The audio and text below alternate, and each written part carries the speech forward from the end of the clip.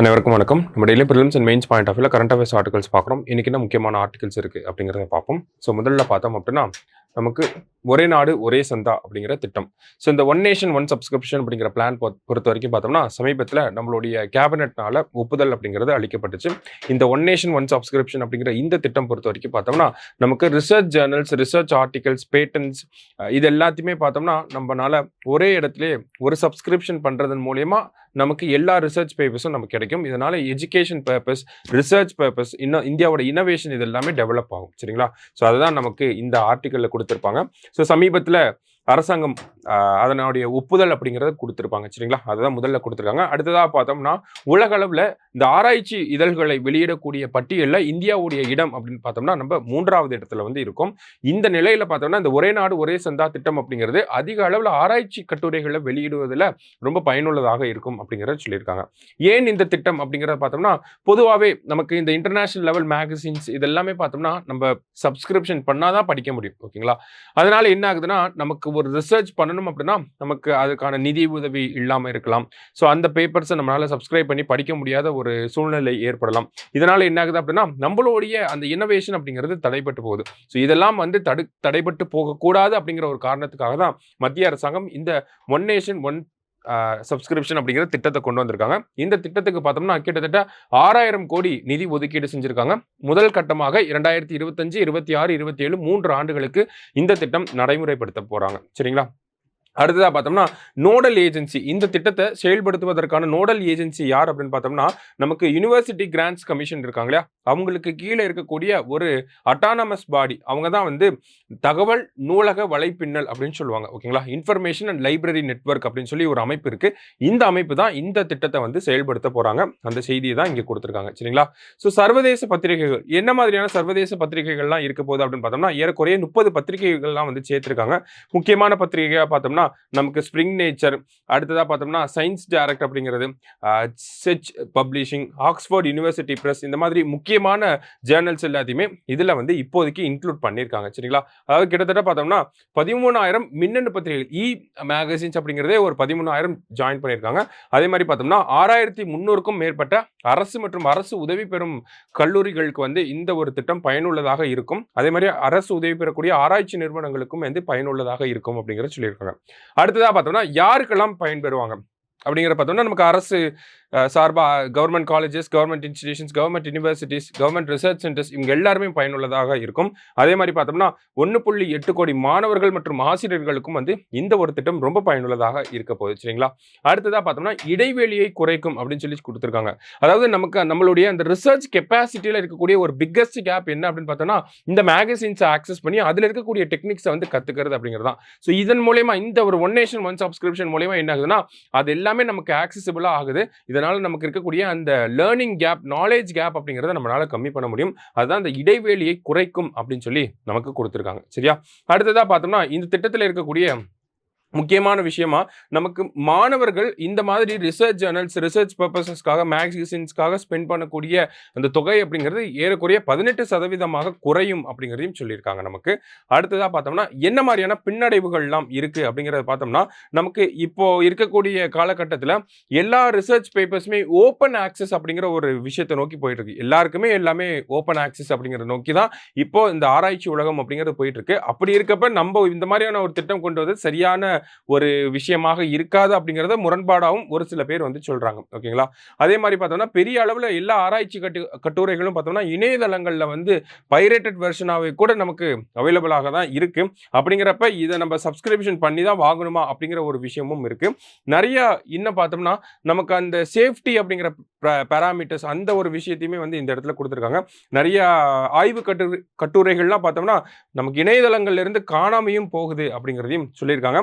அந்த மாதிரி இருக்கப்ப நம்மளுடைய திட்டம் வந்து இந்த இடத்துல பாசிட்டிவான ஒரு நோட்ல இருக்கு அப்படிங்கிறத நம்ம புரிஞ்சுக்கிறோம். எது எப்படி இருந்தாலுமே இந்தியாவுடைய மாணவர்கள் அங்கே இருக்கக்கூடிய இந்தியாவில் இருக்கக்கூடிய அந்த ஆராய்ச்சியாளர்கள் அவங்களுடைய அந்த ஆராய்ச்சிகளை மேம்படுத்துவதில் புதிய புதிய கண்டுபிடிப்புகளை நம்ம இந்தியாவுக்காக கொண்டு வர்றதுல இந்த ஒரு திட்டம் அப்படிங்கிறது ரொம்ப பயனுள்ளதாக இருக்கும் அப்படின்னு சொல்லி எல்லா உலக அளவிலுமே இந்த ஒரு திட்டம் அப்படிங்கிறது நல்ல ஒரு வரவேற்பு பெற்றிருக்கு அப்படிங்கிறத நம்ம புரிஞ்சுக்கணும். சரிங்களா? அடுத்ததா பார்த்தோம்னா ஆளுநர் எதிர்கொள்ளும் சவால்கள். இந்த இடத்துல ஆளுநர் அப்படிங்கிறது யார் அப்படின்னு பார்த்தோம்னா நமக்கு புதுசா ஆர்பிஐ ஆளுநராக வந்திருக்கக்கூடிய சஞ்சய் மல்ஹோத்ராவை சொல்ல வராங்க. என்ன மாதிரியான சவால்கள் இருக்கு அப்படிங்கிறத பார்ப்போம். இதற்கு முன்னாடி இருந்த சக்திகானந்த தாஸோடைய சாதனைகள் அப்படிங்கிறத பார்ப்போம். 2018 டிசம்பர் மாசம் பார்த்தோம்னா ஆர்பிஐயோட அந்த நான் பெர்ஃபார்மிங் அசெட் அப்படிங்கிறது பார்த்தோம்னா 10.4% இருந்துச்சு. இப்போ அந்த வாரா கடன் அப்படிங்கிறது 3.9% குறைந்திருக்கிறது. அடுத்ததா பார்த்தோம்னா இந்த யூபிஐ பண பரிவர்த்தனை அப்படிங்கிறது 2019ஆம் ஆண்டுல 504 கோடியாக இருந்தது. 2024 பார்த்தோம்னா 13,100 கோடியாக இருக்கு. இதுவுமே அவருடைய சாதனையாக தான் இருக்கு. அதே மாதிரி Yes Bank, Lakshmi Vilas Bank இந்த மாதிரியான தனியார் வங்கிகள்லாம் திவாலாகக்கூடிய நிலையில இருந்த இந்த வங்கிகளை புதுமையாக மாத்தினதுமே அதை வந்து அந்த திவால் அப்படிங்கிற நிலையிலிருந்து வெளியே கொண்டு வந்தது யாருன்னா சக்திகானந்த தாஸ் அவர்களாக தான் இருக்காரு. அடுத்ததா பார்த்தோம்னா நமக்கு இந்தியாவுடைய அந்நிய செலவாணி அந்த ஃபாரின் எக்ஸ்சேஞ்ச் ரிசர்வ்ஸ் அப்படிங்கிறது 2018 39,300 கோடி டாலராக இருந்துச்சு. அதுவே இப்ப பார்த்தோம் அப்படின்னா 70,500 கோடி டாலராக உயர்ந்திருக்கு. இதுவுமே அவருடைய சாதனைகள்ல ஒன்னாக தான் இருக்கு. கடந்த 6 ஆண்டுகளாக இவரு இந்த மாதிரியான விஷயங்கள் inflation, repo rate, reverse repo rate இந்த மாதிரி பொருளாதாரத்துக்கு வரக்கூடிய சவால்கள் எல்லாத்தையுமே சந்திச்சுட்டு இருந்தார். ஆனா இப்போ பார்த்தோம் அப்படின்னா நம்மளுடைய பொருளாதார வளர்ச்சி அப்படிங்கிறது கொஞ்சம் தேக்க நிலையை அடைஞ்சிருக்கு. ஓகேங்களா? ஏன்னா இன்ஃபிளேஷன் அப்படிங்கிறது அதிகமாக இருக்கு. ரீட்டைல் இன்ஃபிளேஷன் அப்படிங்கிறது 6.2% வந்து போயிடுச்சு. இந்த வருஷத்தோட எக்கனாமிக் growth அப்படிங்கிறது பார்த்தோம்னா முதல் கால் ஆண்டுல பார்த்தோம்னா நமக்கு 7% வளர்ச்சி அப்படிங்கிறது இருந்துச்சு. ஆனா இரண்டாம் கால் ஆண்டுல பார்த்தோம்னா 5.2% வளர்ச்சி மட்டும்தான் வந்திருக்கு. சமீபத்தில் தான் அந்த டேட்டாவெல்லாம் நம்ம பார்த்தோம். செகண்ட் குவார்ட்டரோட ஜிடிபி growth அப்படிங்கிறது 5.2% தான் இருக்கு. இதனால ஆர்பிஐ சமீபத்தில் என்ன பண்ணியிருந்தாங்க அப்படின்னு பார்த்தோம்னா நம்மளுடைய ஓவரால் எக்கனாமிக் growth இந்த ஃபினான்ஷியல் இயர் 24-25க்கான எக்கனாமிக் growth அப்படிங்கிறத 7.7% வந்து ஃபிக்ஸ் பண்ணியிருந்தாங்க. இப்போ அதை கம்மி பண்ணி 6.6% கொண்டு வந்துட்டாங்க. ஸோ இந்த மாதிரியான ஒரு சூழல்ல தான் சஞ்சய் மல்ஹோத்ரா அவர்கள் பதவி ஏற்கிறார். ரீட்டைல் இன்ஃபிளேஷன் அதிகமாக இருக்கு, எக்கனாமிக் growth வந்து டவுனா இருக்கு. போன வருஷம் பார்த்தோம்னா 8.3% growth இருந்துச்சு. இந்த வருஷம் 6.6 growth தான் இருக்கும் அப்படிங்கிறத ஆர்பிஐ வந்து நமக்கு சொல்லியிருக்காங்க. அதே மாதிரி பார்த்தோம்னா நமக்கு அர்பன் கன்சம்ஷன் அப்படிங்கிறது அதிகமாக இருக்கு. அந்த மைனிங் செக்டார்ல இருந்து வரக்கூடிய அந்த நிதி அப்படிங்கிறதுமே கம்மியாக தான் இருக்கு. அரசாங்கத்துடைய செலவுகள்லையுமே பார்த்தோம்னா ஒரு தேக்க நிலை அப்படிங்கிறது ஏற்பட்டிருக்கு. இந்த மாதிரி சவால்கள் நிறைந்த ஒரு சூழல்ல தான் யார் பதவி ஏற்க போறாங்க, சஞ்சய் மல்ஹோத்ரா பதவி ஏற்க போறாங்க அப்படிங்கிற அந்த ஒரு செய்தி தான் இந்த இடத்துல கொடுத்துருந்தாங்க. கடைசியா பார்த்தோம் அப்படின்னா ராஜ்யசபா தலைவர் மீது நம்பிக்கையில்லா தீர்மானம் 72 ஆண்டுகளில் முதல் முறை அப்படின்னு சொல்லி கொடுத்திருக்காங்க. அதாவது பார்த்தோம்னா நமக்கு ராஜ்யசபா ஆளுநர், ராஜ்யசபாவுடைய எக்ஸ் அஃபிஷியல் சேர்மன், லோக்சபாவோட ஸ்பீக்கர் இவங்களுக்கெல்லாம் பார்த்தோம்னா இந்த தலைவர் பதவி இவங்களுக்கெல்லாம் இந்த லோக்சபா ஸ்பீக்கர், ராஜ்யசபா உடைய சேர்பர்சன் இவங்க மேல பார்த்தோம்னா நமக்கு இந்த நம்பிக்கையில்லா தீர்மானம் அப்படிங்கிறது அவ்வளவு சீக்கிரமா கொண்டு வர மாட்டாங்க.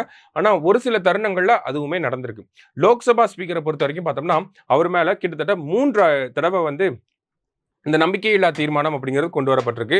என்னென்ன தருணங்கள்ல அப்படின்னு பார்த்தோம்னா 1954 ஜிவி மௌலாங்கர் மேல கொண்டு வரப்பட்டிருக்கு.